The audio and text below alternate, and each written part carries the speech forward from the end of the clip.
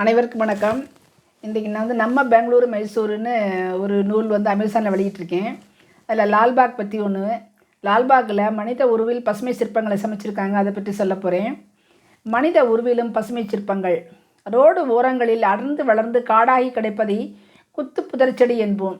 அந்த குத்து புதராக வளரும் செடிகளை அலங்காரமாக வெட்டி அழகழகாய் பசுமை சிற்பம் சமைத்திருக்கிறார்கள் லால்பாகில். இவை பெரும்பாலும் அழகுக்காக செவ்வக வடிவில் வெட்டிவிடப்படும். வீட்டின் முன்புறத்தில் அல்லது பக்கவாட்டில் உள்ள தோட்டத்தில் புல்வெளிக்கு பார்டர் கட்டியது போல இருக்கும். பூங்காக்களிலும் அப்படித்தான் இருக்கும். சில இடங்களில் டென்டில் கிளைம்பர்ஸ் எனப்படும் தொற்றி படரும் தாவரங்களை மாடியில் வளர்த்து தொங்கும். அதையும் வீட்டின் முகப்புக்கான கிராப்பு போல வெட்டி இருப்பார்கள்.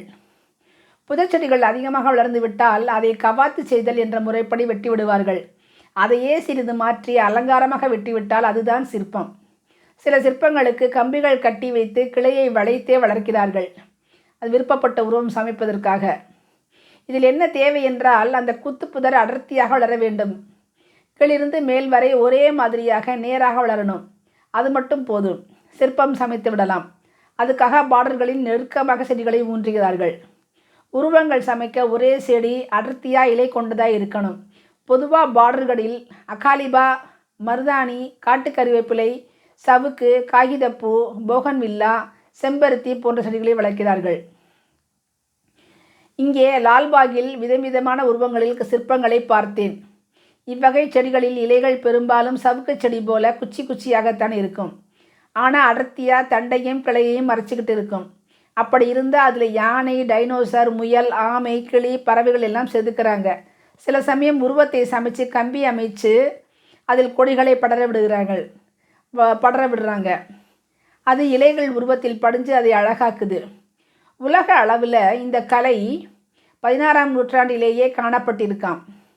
பாபிலோனிய தொங்கும் தோட்டங்கள் எல்லாம் இந்த வகையில் டெரஸில் வளர்க்கப்பட்டு டிசைன் செய்யப்பட்டவை போலிருக்கிறது. பெரிய பெரிய அரண்மனைகளிலும் கோட்டை கொத்தளங்களிலும் இது போன்ற பூங்காக்களிலும் இப்படி சிற்பங்களை செதுக்கி வளர்த்து அழகு பார்த்து மகிழ்ந்திருக்கிறாங்க.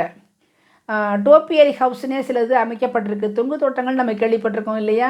இந்த மாதிரி Netherland, Australia, Northumberland, London, France, Oxfordshire, south Korea, Portugal ஆகிய நாடுகளில் பல நூற்றாண்டுகளாக இந்த பசுமை சிற்பங்கள் இடம்பெற்றிருக்கின்றன. லண்டனில் உள்ள கிங்ஸ்டன் லாசி என்ற கோட்டையில் மனிதர்களின் முக உருவச் சிற்பங்களை செதுக்கியிருக்காங்க. இதே போல் லால்பாகிலும் மனித உருவத்திலே செடிகளை செதுக்கியிருக்காங்க. அம்மா, குழந்தை, அப்பான்னு ஒரு குடும்பமே நிற்கிது. இது போக எல்லா மிருகங்களும் இருந்தன. அம்மா, குழந்தை, அப்பா ரொம்ப வித்தியாசமாக இருந்தது. ஆமை, மயில், கிளி, இந்த மாதிரி வாத்து, இந்த மாதிரி உருவங்கள்லேயும் சிற்பங்கள் இருந்தன. பார்த்து மகிழ்ந்தோம். நீங்களும் பெங்களூர் போனால் லால்பாக் போய் இந்த பசுமை உருவ சிற்பங்களை பார்த்து மகிழுங்கள். நன்றி.